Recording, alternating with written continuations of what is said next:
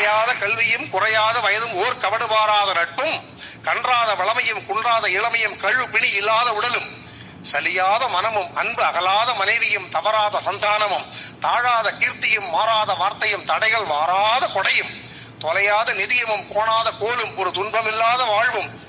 யாரு கிடைச்சிருக்குது? எனக்கு கிடைச்சிருக்குது.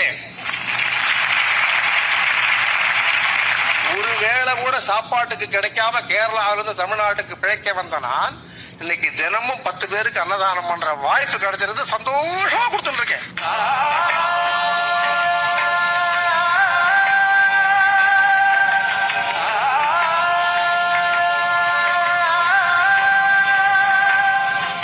சும்மா எல்லாருக்கும் கொடுக்க மாட்டேன். கண்ணு இல்லாதது, காது கேட்காது, வயசானது, நடக்க முடியாதது, வாரிசு இல்லாதது டெய்லி இதெல்லாம் ஒரு வாய்ப்பு. தமிழ்நாடு பூரா தேடினாலும் என்னுடைய மெஸ் மாதிரி கிடைக்காது. இந்த ஊர் மக்களுக்கு தெரியும். 32 வருஷம் ஆச்சு. விலாசம் கிடையாது, போர்டு கிடையாது, லெட்டர் பேட் கிடையாது, விசிட்டிங் கார்டு கிடையாது. முக்காவாசி நாளைக்கு போனும் வேலை செய்யாது. கல்யாண சமையல் சாதம், காய்கறிகளும் பிரமாதம், அந்த கௌரவ பிரசாதம் இதுவே எனக்கு போதும்.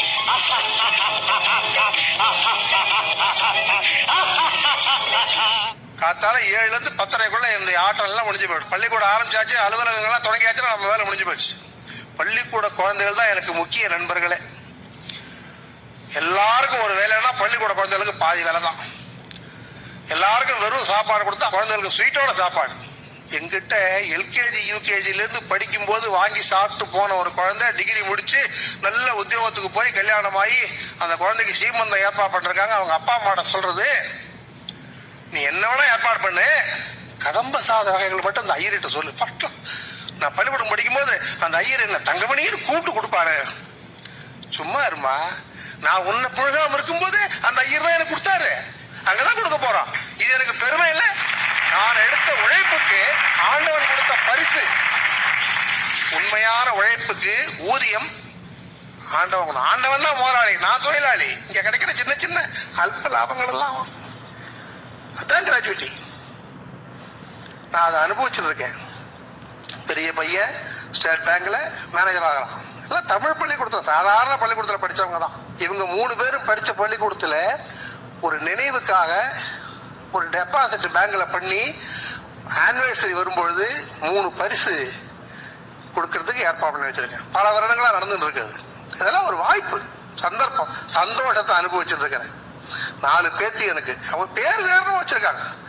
எனக்கு தெரிஞ்சு 2 தங்கமணி 2 வைரமணி. 10 வயசுக்கு உட்பட்ட குழந்தைகளுக்கு அறிவுரை சொன்னாதான் எதிர்த்து பேசாது, கேட்கும். இவங்கெல்லாம் எதிர்த்து பேசுவாங்க. பெரியவரை ஓரமா உட்காருன்னு சொல்லுவாங்க. நான் என்ன சொல்றேன், நீங்க தெரிந்து கொள்ளுங்கள், நீங்கள் பொறுப்பெடுத்துக் கொண்டால் நாங்கள் ஒதுங்க தயார். நீங்க இன்னும் பொறுப்பு எடுத்துக்கிறது இல்லை. உங்களை நம்பி ஒப்படைக்கிறதுக்கு பயமா இருக்கு, வேற ஒண்ணும் இல்லை. ஜவுளி கடை, நகை கடைக்கெல்லாம் போனா கேமரா வச்சு ஃபாலோ பண்ணுவாங்க தெரியுமா? அதே மாதிரி ஆண்டவன் கேமரா வச்சு நம்மளை அத்தனை பேரை ஃபாலோ பண்ணிக்கிறான். ஒரு மண்டலம்னா 48 நாள். இது எப்படி வந்ததுன்னா 27 நட்சத்திரம், 12 ராசி, 9 கிரகம், 48 அத்தனையும் கேமரா ஃபாலோ பண்றதுக்கு. என்ன தப்பு செஞ்சாலும் தண்டனை உண்டு அதுக்கு. இது அத்தனையும் மனிதர்களை கவரேஜ் கேமரா. இவங்க ஒழுங்கா வேலை செய்யறாங்களா இல்லையான்னு பாக்குறதுக்கு இன்டர்னல் ஆடிட் அமாவாசை பௌர்ணமி. எல்லாம் விளையாட்டு இல்லை, உண்மை. அமெரிக்காவிலிருந்து 385 பேர் ஏத்திக்கிட்டு ஒரு விமானம் புறப்பட போகுது. திடீர்னு ஒரு விஐபி எனக்கு ஒரு சீட் வேணும்னு சொன்னாரு. கொடுத்தா தேரணும். அங்க பார்த்தா லிஸ்ட பார்த்தா 5 பேர், 4 பேர், 3 பேர் இப்படித்தான் இருக்குது. ஒரே ஒரு பெண் குழந்தை பஞ்சாப்ல இருந்து படிக்க போனவ ரிக்வஸ்ட் பண்ணி, உங்களை அடுத்த பிளைட்ல மலேசியா காமிச்சு அங்கேருந்து நான் ஏர்ன் பண்ணி விடுறேன், நீங்க சீட்டு கொடுத்தீங்களாங்க. ஓ எஸ், 4 வருஷமா அப்பா அம்மா பார்க்காம இருந்தேன். 4 மணி நேரத்துல என்ன வந்துட போகுது? சரிங்க, வந்தேன். விஐபி தூக்கி ரஷ்யாக்காரன், ஹுவாரியோ, எங்க இருந்து வர, எங்க போற சொல்லு, 1 2 3 பதில் சொல்ல. ஷூட் பண்ண போறேன். 1 2 ஜப்பான்காரன் இதை கேமரா எடுத்து வச்சுங்க, பதிவு பண்ணி வச்சுங்க. ஷூட் பண்ணிட்டான். 385 பேர் கடலுக்குள்ள. அந்த ஒரே ஒரு குழந்தை. அப்ப ஆண்டவன் கேமரா வச்சு ஃபாலோ பண்ணி தப்பு செய்யறவங்களை மட்டும் கொண்டு போய் உட்கார வச்சு ஷூட் பண்றான். ரெக்கார்டு சொல்லுது. அந்த ஒரு குழந்தைய மட்டும் இறக்கி விட்டாங்கல்ல. ஆண்டவனுடைய கேமரா செஞ்ச வேலை அது. 50 வருஷமாச்சு நான் காஞ்சிபுரம் வந்து. சௌக்கியமா இருக்கேன், ஒரு குறையும் இல்லை. காஞ்சி மாநகரம் சக்கரம், ரொம்ப ஜாகிரதையா நிக்கணும். இப்ப இந்த மேடல் நிக்கிற மாதிரி தான், இங்க குத்தும், கால் இடிக்கும், முட்டி தட்டும், முடிக்க விழும். ரொம்ப பிரமாதமா இருக்கிற மாதிரி தான் காஞ்சிபுரத்தை வாழணும். Very good. இவ்வளவு சிரமத்தோட தான் நீங்க எவ்வளவு சிரமம் வந்தாலும் சரி, முள்ளு போட்டு வச்சா கூட சரி, இன்னைக்கு பேசியே தீர்த்துறது. ரொம்ப நாளைக்கு அப்புறம்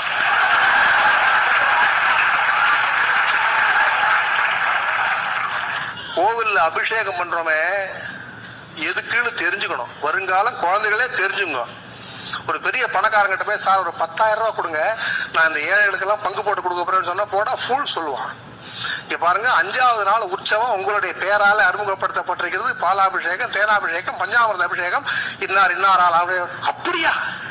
10,000 ரூபாய் கொடுத்துருவான். அந்த பணம் கோவில்ல வந்தோடனே பந்தல் போடுறவனுக்கு, பூ மாலை கட்டினவனுக்கு, அர்ச்சனை பண்ணவனுக்கு, பக்தர்களுக்கு பங்கீட்டு முறை. ஏழை எளியவர்களுக்கு, வசதி இல்லாதவர்களுக்கு பங்கு போட்டு கொடுக்கிற செயல்பாடுதான் அபிஷேகம். இது ஒரு காலத்துல ரொம்ப பிரமாதமா இருந்தது. சமீப காலமாக அது ரொம்ப ரொம்ப அலட்சியப்படுத்துறாங்க. காஞ்சி மாநகரத்தில் உள்ள உலக பெயர் பெற்ற மிகவும் புகழ்பெற்ற காமாட்சி அம்மன் கோவிலில் 100கணக்கான லிட்டர் பால் அபிஷேகம் செய்யப்பட்டு குளத்தில் கொட்டப்படுகிறது, கலக்கப்படுகிறது. தயவு செஞ்சு இதை சுத்தமா ஒரு அண்டாவில் எடுத்து வச்சா எத்தனை ஏழைங்க குடும்பத்துல குழந்தைங்க பால் தயிர் சாப்பிடும். ஏழைகளுக்கு பங்கு வைக்கிறதுக்காகத்தான் இந்த திட்டமே கொண்டு வந்தா. இதுல இருந்து நழுவிட்டீங்களே, நினைச்சா செய்யலாமே. இதுக்கு எந்த அரசாங்கமும் ஆணையிட வேண்டியது இல்லை, சாட்சி இல்லை, சிந்திக்கிறது இல்லை. என் காரியம் ஆயிட்டா போறன்னு நினைக்கிறீங்க. தயவு செஞ்சு கொஞ்சம் இனிமேற்பட்டு அது கொஞ்சம் கவனி. என்னுடைய வியாபாரத்துல, வியாபாரம் சொன்னா மெஸ்ஸு, தினமும் யாரோ ஒருத்தர் சாப்பிட்டுருக்காரு எனக்கே தெரியாம. பாண்டிச்சேரியில இருந்து வந்த ஒரு நண்பர் பேப்பர்ல பப்ளிஷ் பண்ணிட்டார். காஞ்சிபுரம் பட்டுப்புடவை ஃபேமஸ், அண்ணாதுரை ஃபேமஸ், காமாட்சி அம்மன் டெம்பிள் ஃபேமஸ், அனதர் ஒன். நீங்கள் காஞ்சிபுரம் வந்தால் பார்க்க வேண்டிய இடம் இன்னும் ஒன்று இருக்கிறதுன்னு அவரே போட்டார். ஒரு வாரம் பொறுத்து பேப்பரை கொண்டு கொடுக்குறாரு, போட்டோ பிடிச்சு போட்டிருக்காரு. இதெல்லாம் என்னுடைய உழைப்புக்கு இறைவன் கொடுத்த வரப்பிரசாதமாக நான் ஏற்றுக்கொள்கிறேன். பெருமை இல்லை, விளம்பரம் இல்லை.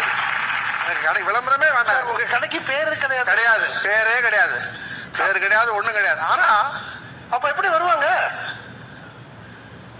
பேரு நான் வைக்கல, மக்களா வச்சிருக்காங்க. பல வருடங்களுக்கு முன்னால தம்பி டிபன் வாங்கிட்டு வந்த ஐயர் ஹோட்டல்ல எங்க பாருது, அந்த கார்னர்ல ஒரு கடை இருக்குடா, அங்க வாங்கிட்டு வா. சரி, இந்த குழந்தைங்க எல்லாம் பெருசாகி வரும்போது கார்னர் கேப்பு, கார்னர் ஹோட்டல், கார்னர் அவங்களே வச்சாங்க பேரு. இப்ப உங்க கடைக்கு கார்னர் கேப்பா, கார்னர் கேப்பு காஞ்சிபுரம் போட்டா இந்தியாவில இருந்து எங்க இருந்து போட்டா லெட்டர் வந்துடும்.